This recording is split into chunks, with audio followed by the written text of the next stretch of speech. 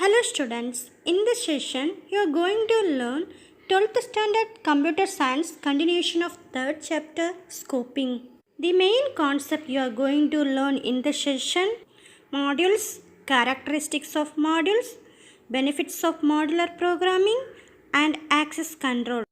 In the previous session we discussed about the concepts of variable scope, LEGB rule and types of variable scopes. So what do you mean by variable scope? The scope is nothing but visibility of a variable. In other words, you can say this lifetime of a variable. The variable is searched in the order of LEGB rule. L stands for local, E stands for enclosed, G stands for global and B stands for bulletin. In local scope, you can access the local variable within the current function. In enclosed scope, you can access the enclosed variable within outer and inner functions. In global scope, you can access the global variable within inside and outside of all functions in a program. And in bulletin scope, you can access the bulletin variable everywhere in the program. It is loaded with the library files and associated with the software.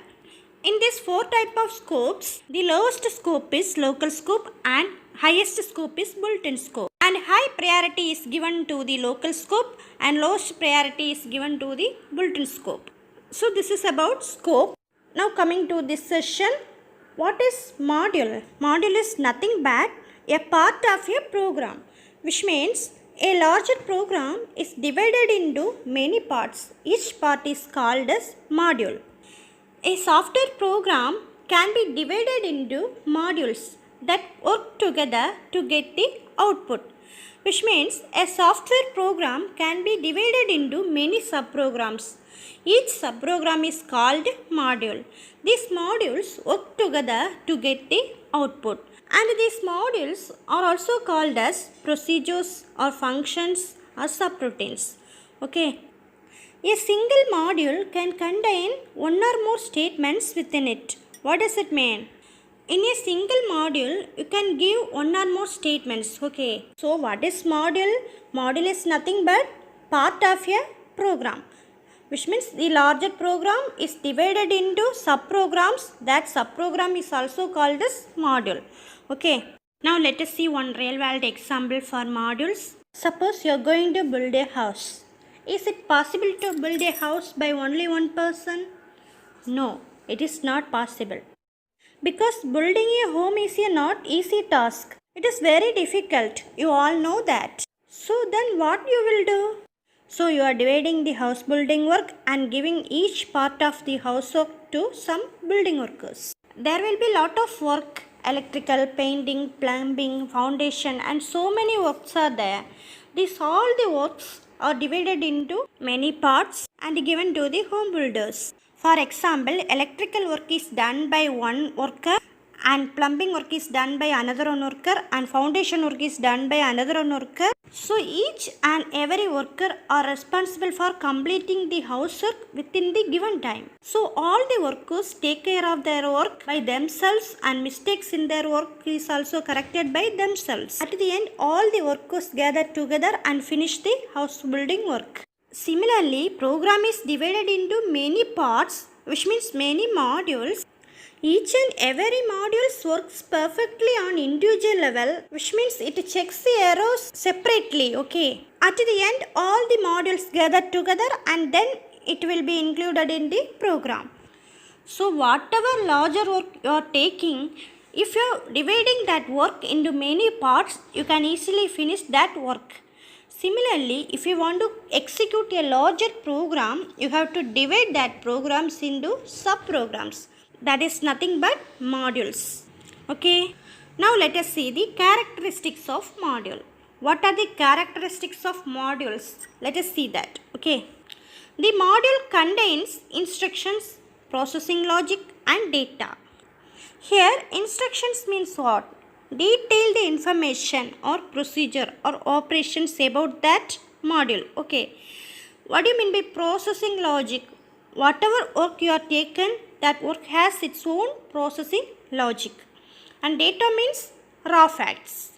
So the module contains instructions, processing logic and data. And second characteristics is it can be separately compiled and stored in a library, which means these modules checks and corrects the errors on separately or individually.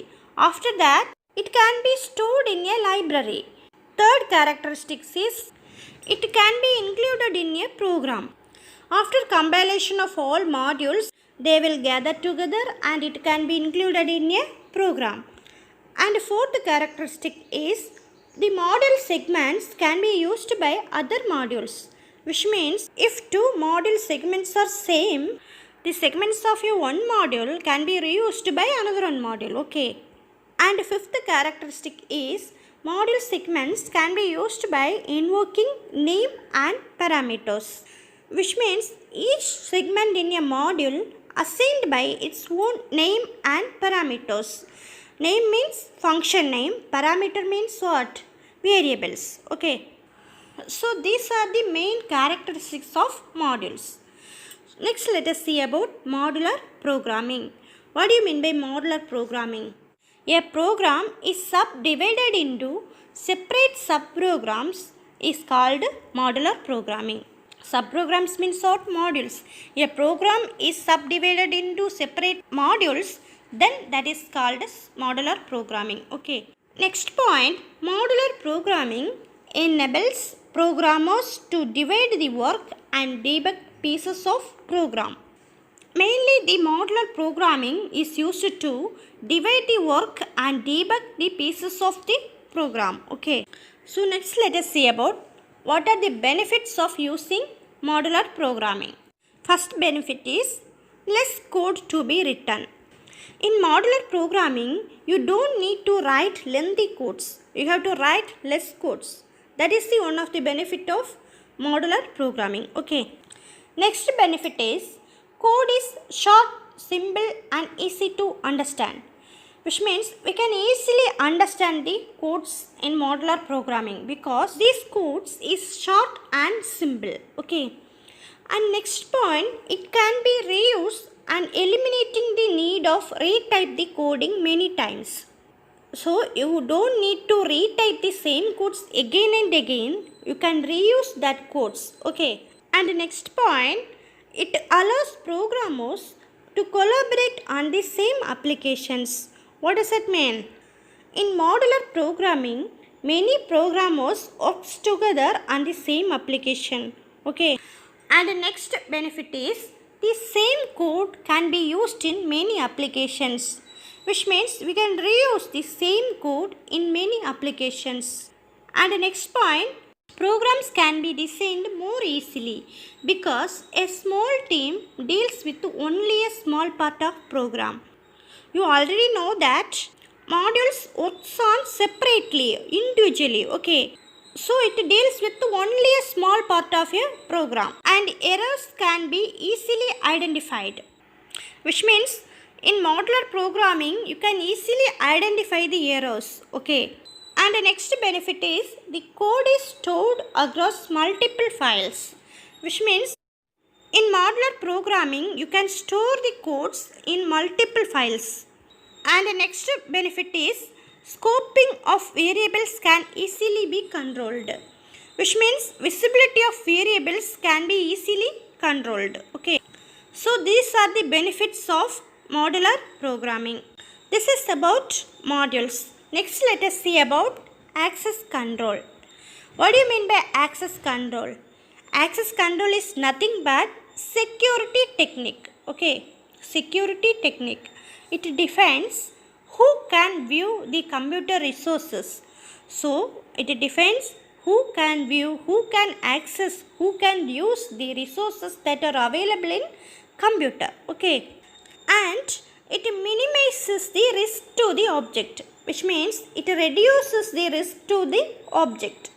In other words, you can say this: access control is selective restriction of access to data.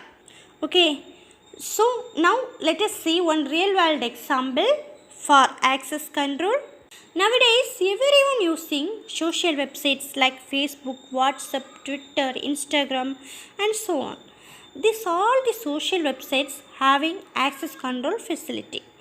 Suppose you are having a Facebook account. When you are uploading a photo or video in Facebook account, you can set visibility details, which means privacy setting options. That means who can access your photo or who can see your photo. Okay. Facebook providing some of the visibility options are private, public, friends. Private means only me. If you set private option to your photo, nobody can see your photo except you, which means you only can access your photo or you only can see your photo. Okay. If you set public option, everyone can see your photo. That means all the Facebook users can see your photo. If you set friends option, your friends only can see your photo, which means who are very close to you only can see your photo. So these are the privacy settings of Facebook account. All the social websites providing these privacy setting options. Similarly, in object-oriented programming languages, these privacy options implemented through access specifiers. Okay. Mainly, C++ and Java has 3 access specifiers to access class members. What are they? The 3 access specifiers are private, public, protected. These are the 3 access specifiers that are used in C++ and Java. Here private means what? The private members of a class are accessible only within the class. It cannot be accessible from the outside of the class. Okay. So the private data members can be accessible only within the class. It cannot be accessible from the outside of the class. That is called private access specifier. And next, public access specifier means what? Public data members are accessible from the outside of the class. Okay. And protected means protected data members are accessible within the class and its subclasses also access these members. Okay. So, private data members are accessible only within the class and public data members are accessible from the outside of the class and protected data members are accessible within the class and its subclasses also. Okay. So, C++ and Java languages has these access specifiers. But Python language does not have any restrictions to access the variable. So, all the data members in Python class are public by default. Okay. So, default access specifier of Python class is what?